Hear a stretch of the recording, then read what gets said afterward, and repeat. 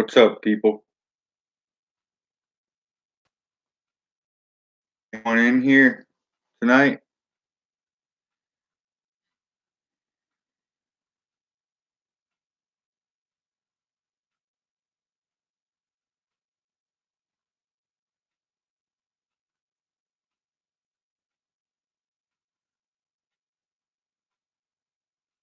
Who wants to chat?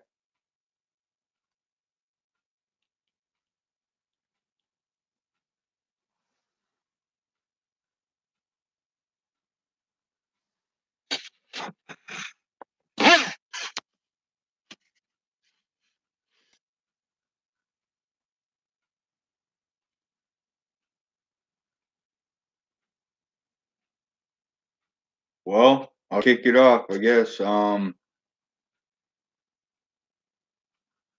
Final Four. Anyone interested in it? That doesn't have a team that's playing in it.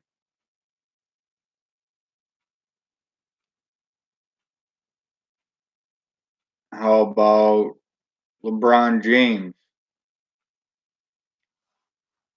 What do you think the Lakers could get for him, trade wise, if they decide to go that route?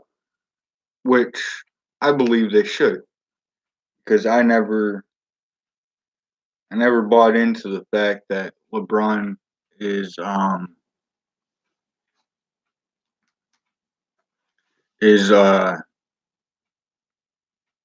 going to take the Lakers anywhere really, to any place.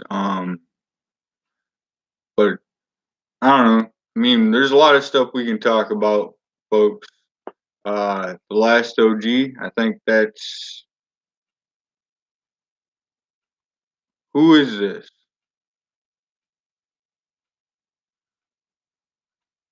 Is that Freddie or is that Liv?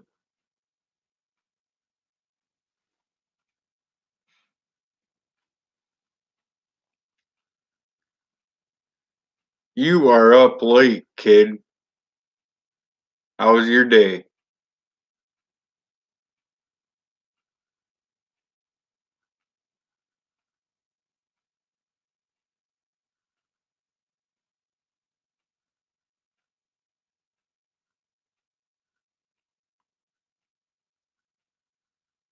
Hit that like button.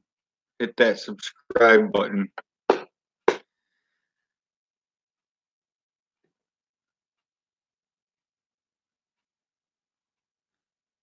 So, what do you guys want to talk about tonight? I'm open to anything.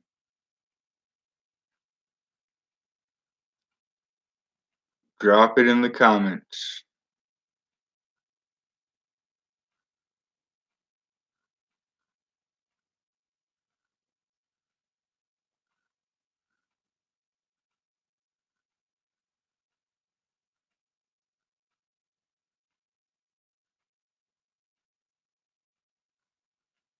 You got a baseball game tomorrow? Or softball, rather?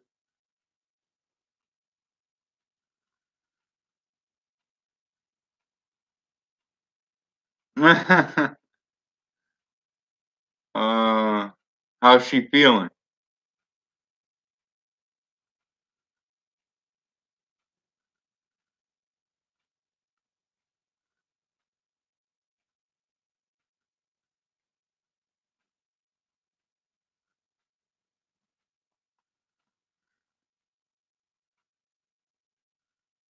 You gonna be up a while? Or no?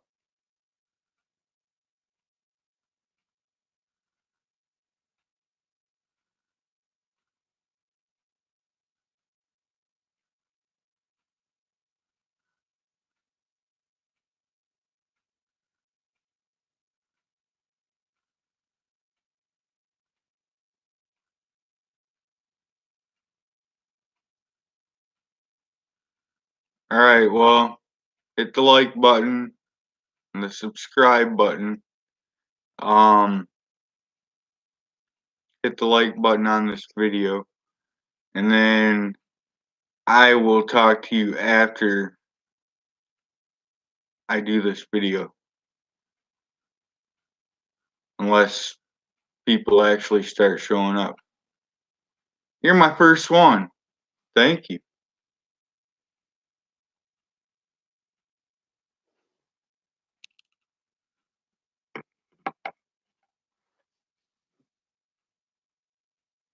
Sound like a plan? All right.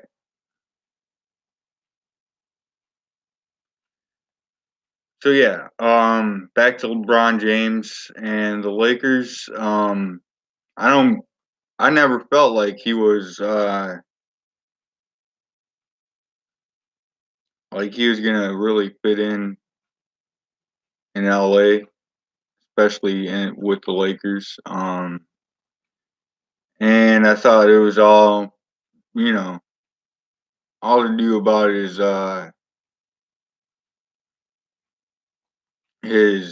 other endeavors outside of basketball. And um I don't know. I mean, when all this stuff comes down that, you know, the Lakers reportedly even put out that stuff about wanting to trade basically all their young players for Anthony Davis. So it wasn't just the Pelicans; it was both the Lakers and Pelicans who put that stuff out in the media, and there's just not really any coming back from that in my eyes. I mean, if I'm one of them guys, one of them young guys, I don't I don't have any respect for LeBron James, and I sure as heck ain't gonna listen to him or worry about what he has to say. I mean, everyone acts like he's not the one calling the shots, like it's just Magic and Rob Pelinka, and that's garbage. You know, I watch Speak for Yourself a lot, and Steven Jackson's on there. He's like, man, he's like, that's on Magic and Rob. Well, you know, why are you placing on LeBron? And well, because LeBron has a history of doing that. You know, of getting guys traded, of making. Uh, he did it in Cleveland. Couldn't really do it, and that's another thing. That's the reason he left Miami. It wasn't because he didn't like Miami. It was because he wanted Eric Spoelstra fired, and um, Pat Riley just flat out told him, "No, I'm not firing Eric Spoelstra. He's a good coach, and you know, whatever your issue is with him, work it out." So that's the only reason he went back to Cleveland. Now he's gonna tell you, "Oh, I went back to win a championship for the people I love and my home state, my city, and all this and that." That's bullcrap.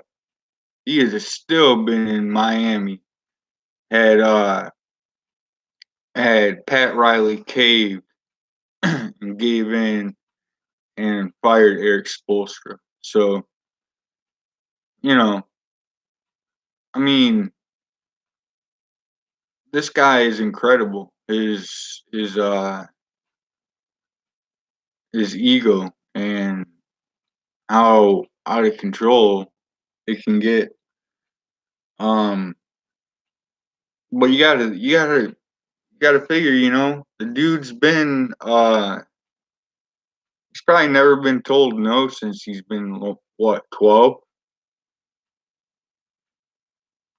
since he started playing AAU and all that stuff. And I mean, it's just been nothing but adulation and oh, you're great, this and that. He doesn't want any coaches that challenge him. And I laugh at the people that suggest Ty Lue should come and start coaching the Lakers. Do you guys not remember Ty Lue at the end of his stint in Cleveland? The man had to take off because he is wore out. Dude was dealing with anxiety and all sorts of issues because LeBron James just puts way too much pressure on people. No one wants that. No one wants that. So, that's I mean, look, the way I see LeBron James, he's a great basketball player. You can argue he's the greatest when it comes to just numbers. By sabermetrics and all that, you can argue he's the greatest. But he'll never surpass Michael Jordan in my eyes. Um, he just won't. It wouldn't matter if he won, 15 rings. Not, uh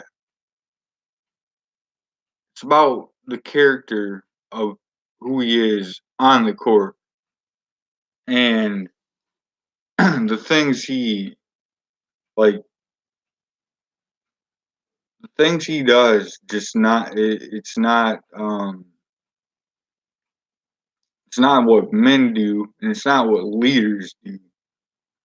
Like he'll throw out a tweet bashing, clearly bashing a teammate, and the whole world knows who he's talking about, but he won't mention the guy's name. Not only that, but Michael, if he had a you know issue with you, he would tell you straight up. He'd tell you straight up to your face, you know, what his issue was, and then it would be resolved. So yeah, Michael Jordan did punch a teammate or two in practice. Um, in today's society, he's considered a Neanderthal and inhumane, and that's just not the way. Uh, look, I'm not saying that he should have done that, but I bet you things. I bet you that teammate actually has respect for him. A lot more respect for him than if uh if he had Twitter back in that day and uh started just tweeting crazy stuff about him and not mentioning the guy's name. So yeah, LeBron's legacy to me is you know he's the biggest needer, not leader, needer of all time. He needs scorers. He needs a leader. You know, his entire career. Uh, that's why he left Cleveland in the first place. Everyone talks about Bosh and Wade, and rightfully so. And Wade was the leader of that team. I don't care what people say. Wade was the leader, but um, he was just they got Ray Allen, they got Mike Miller. They got shooters, and LeBron needs shooters. Wade was supposed to be the next Michael Jordan, but injuries took a toll. He just couldn't do it no more. Well, yeah, a lot of guys were supposed to be the next Michael Jordan. Jay, nice job. I agree with you. And hey, look, Dwayne Wade's had an incredible career. You know, before and even now after LeBron James. Uh, Dwayne Wade never needed LeBron James. Let's put it that way. LeBron needed Dwayne Wade. You know, yeah, that dude. He was, he was and still is incredibly gifted player. But you're right. Injuries did add up, but at least it wasn't like Grant Hill where we never really seen uh, his full potential.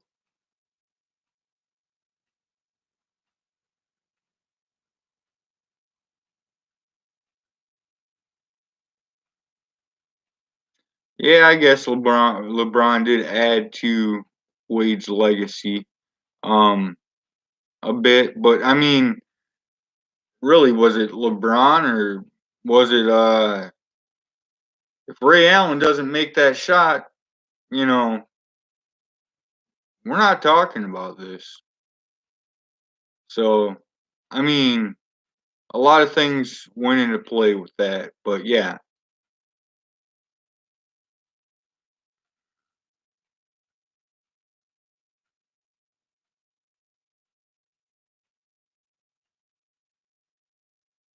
Grant Hill career, he looked a lot better than his younger career.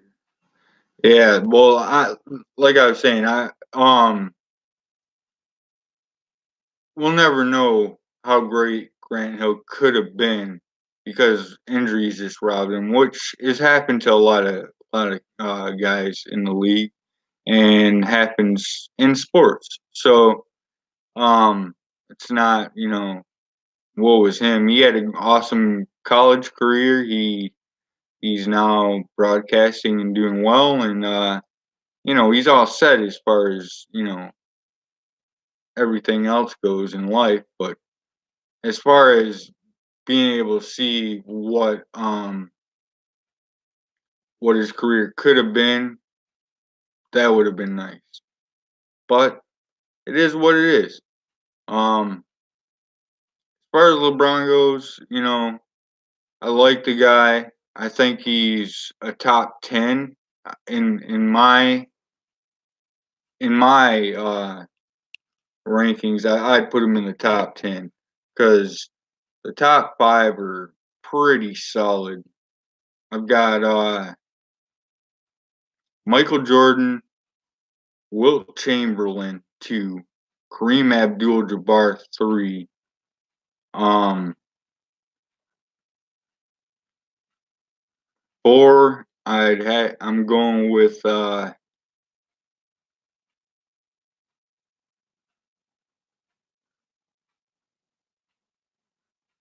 let's see, Michael, Wilt, Kareem. Who else? See, I don't want to say Kobe, but man, was Kobe was Kobe fourth good? Oh boy. Um, I don't think he was. I think Kobe is really good, but uh, let's see. One guy. All right, well, Tim Duncan. I'll put Tim up there, and that's high. I know it's high for him, uh, being fourth, but the dude was incredible, and he was just consistent and um played forever and I don't know.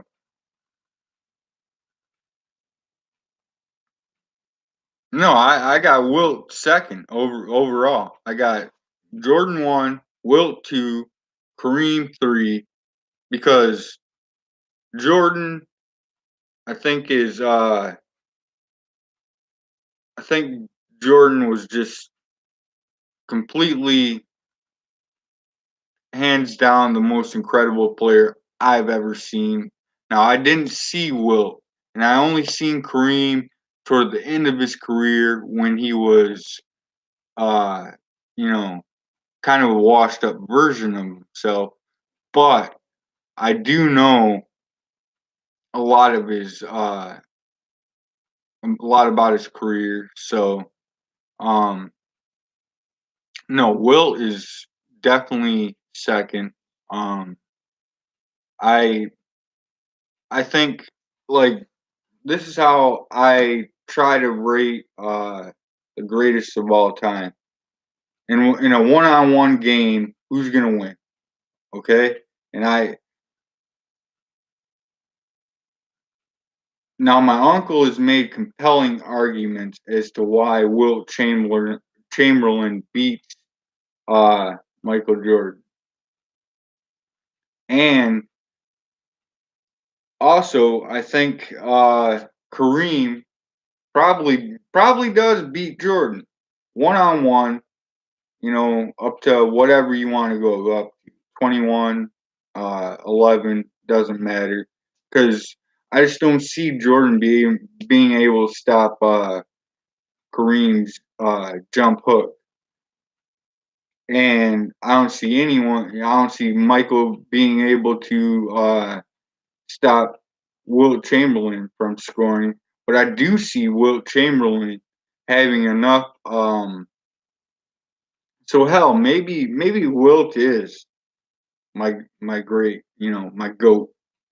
Um, but I do see Wilt having the see uh Kareem is going to just do that sky hook over Jordan all day long. And Jordan can't stop that. Um, Now I do believe that Michael Jordan has in their prime. Now this is all in their prime. I believe that Michael Jordan has the foot speed to get by a Kareem Abdul-Jabbar. I don't know, however, if he has that same foot speed to get by Wilt Chamberlain. Like Wilt Chamberlain, people don't realize was a phenomenal athlete. Um, for being as big a guy as he was. I mean, he was incredible. So um, I don't know, man. It's very hard to say.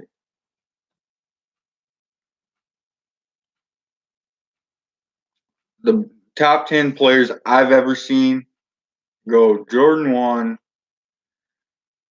uh, Kobe 2, LeBron 3, um, Dwayne Wade 4.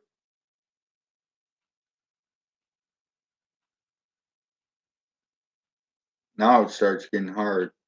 Um, let's see. All right, or Michael. Um, who did I say? Michael, Kobe, LeBron, Wade. Uh,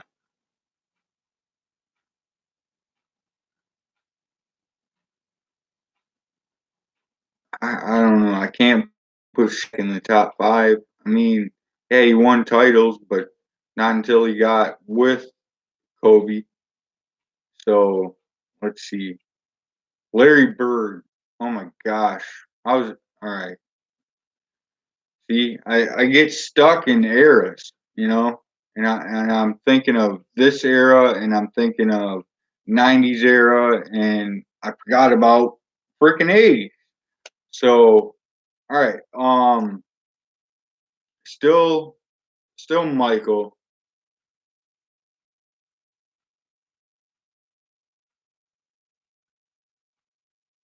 Would it still be Kobe?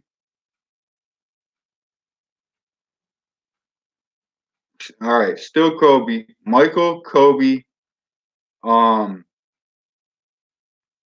Larry Bird,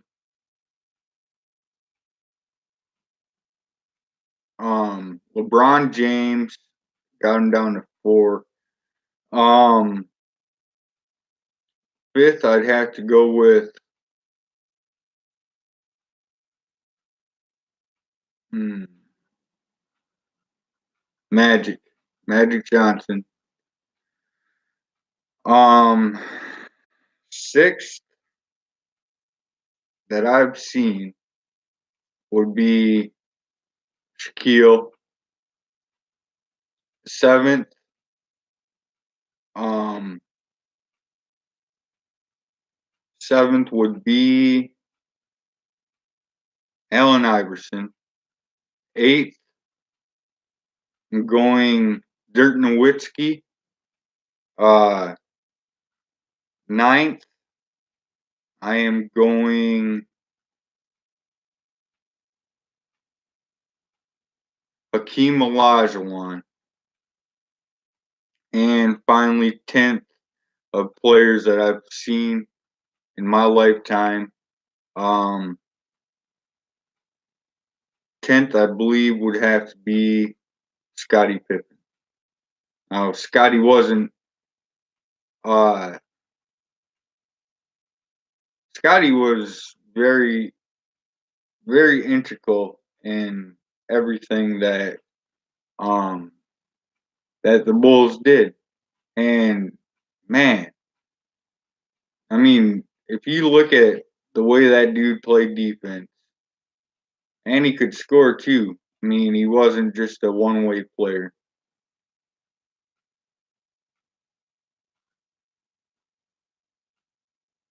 Yeah, absolutely, totally agree with you, Jay Nice. Um, so yeah, those are the top 10 off my head without uh giving it a ton of thought. That I've seen. How about you? What's your top 10 that you've seen?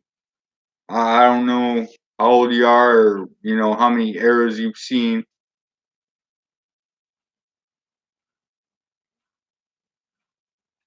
Yeah, Clay and Steph. Now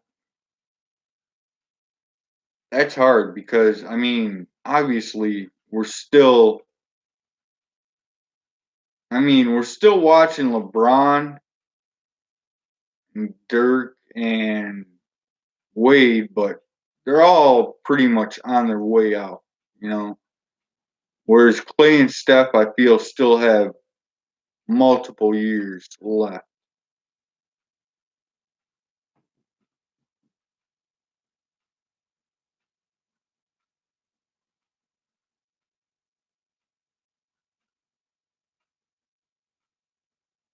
Have I ever seen a better shooter than Steph Curry or Clay Thompson? Ray Allen. Ray Allen, I'd have to say he's right up there. I mean, Reggie Miller, Ray Allen, Reggie Miller, they're in that conversation. Now, if they're better, that's open for debate. Um, but those two are definitely they have to be in the mix. My favorite team, I grew up and lived in Michigan, so I've always been a Pistons fan. Um,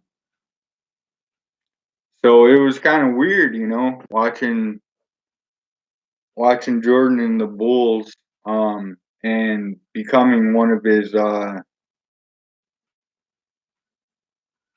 one of his biggest supporters because during the '80s, just like my god brother Pele.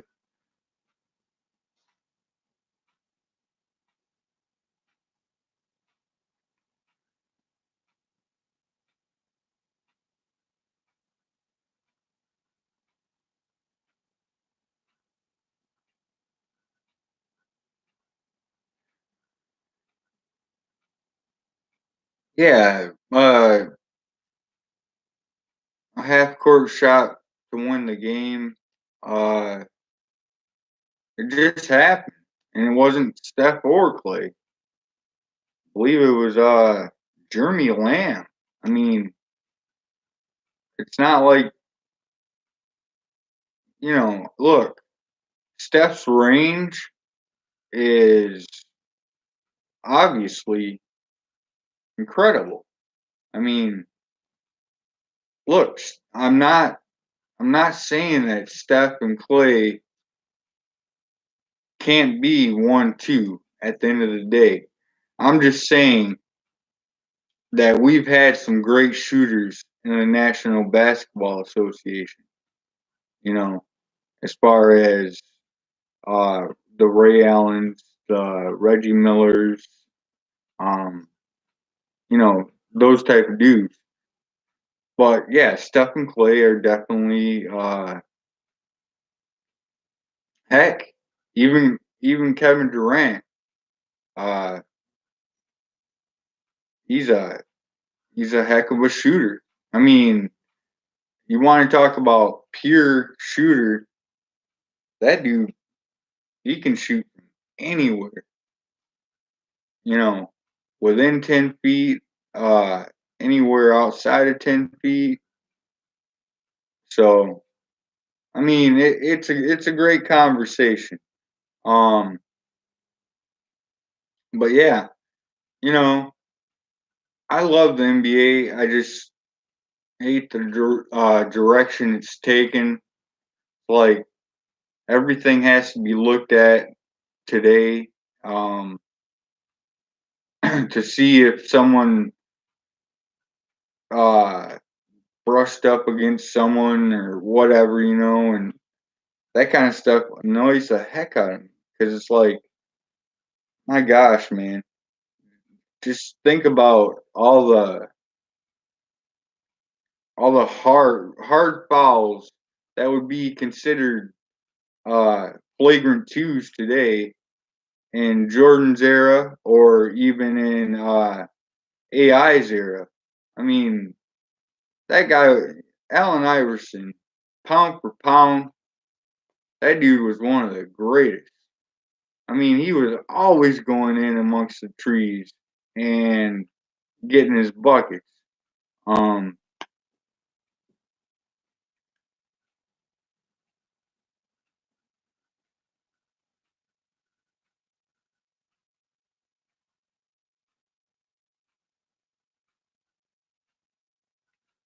yeah, I mean, as far as obviously Steph Curry, as far as his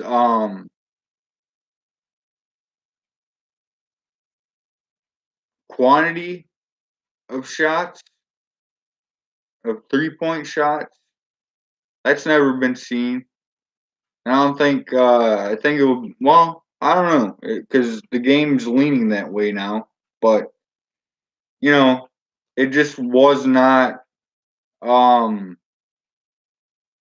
I mean, Reggie took a lot of threes, but it wasn't the only thing. Uh, it wasn't his only focus. He did have a little bit of mid range, and he could, he did drive to the hoop occasionally. But yeah, he was mainly a 3-point shooter. And as far as Ray, Ray was just like you said, he was a sharpshooter. He didn't attempt a whole lot, um,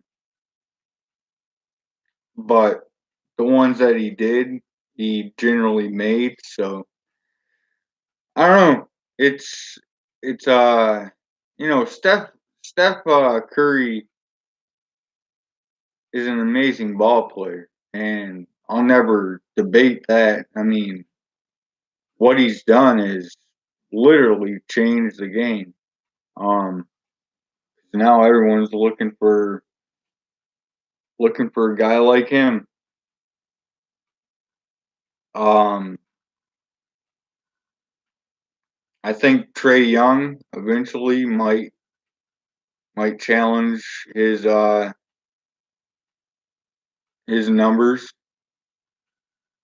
The more confidence and the longer he plays in the league.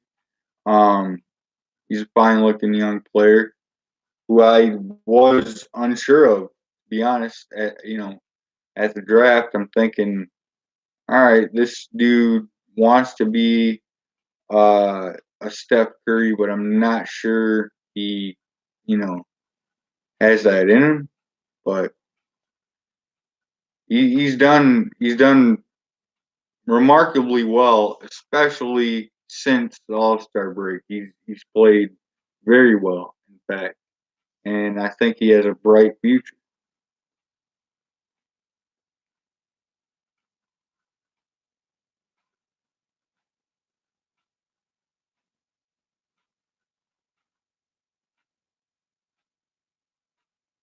No, I wouldn't pick Ray Allen over Steph or Clay. No, that's not the point I was trying to make. The only point I was trying to make was you asked me, you know, like who are the shooters uh, that could be in the conversation with them, and I just said, Reggie and uh, and Ray Allen come to mind when we're talking 3-point shooters. But yeah, of course, I mean, if I had to pick anyone to shoot a three, I'm picking Steph Curry. Klay Thompson is very good. Um, I just don't. I think Steph has a little more range, and he also practices that shot. And I know Klay does too, but I think Klay works on other parts of his shooting a little more, uh, like within the uh, 10 to 17 foot range.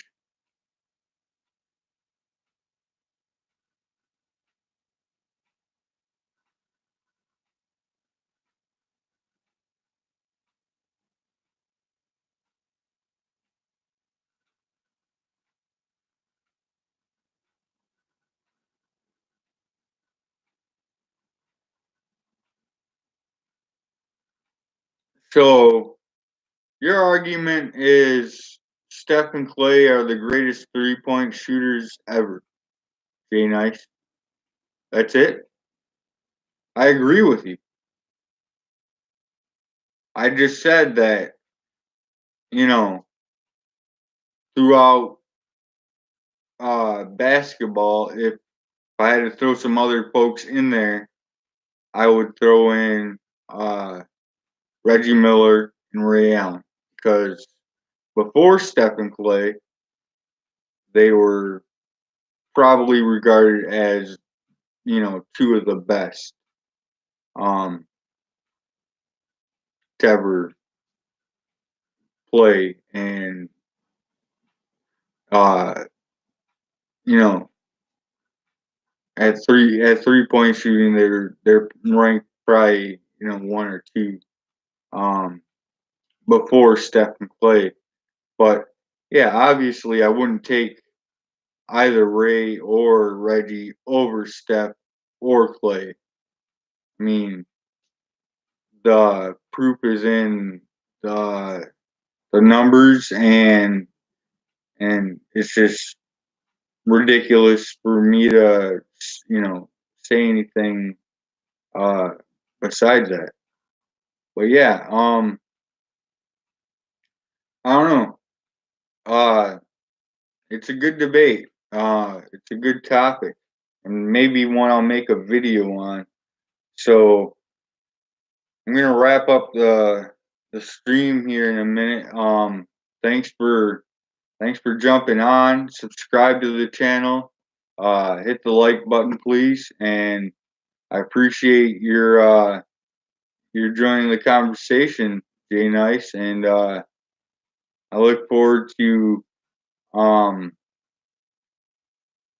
to seeing your comments about some of the other videos I've already done or future ones I'm going to do.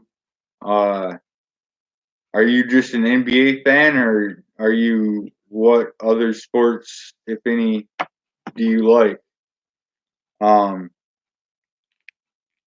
Leave it in the comments. But yeah, I'm about to end the stream.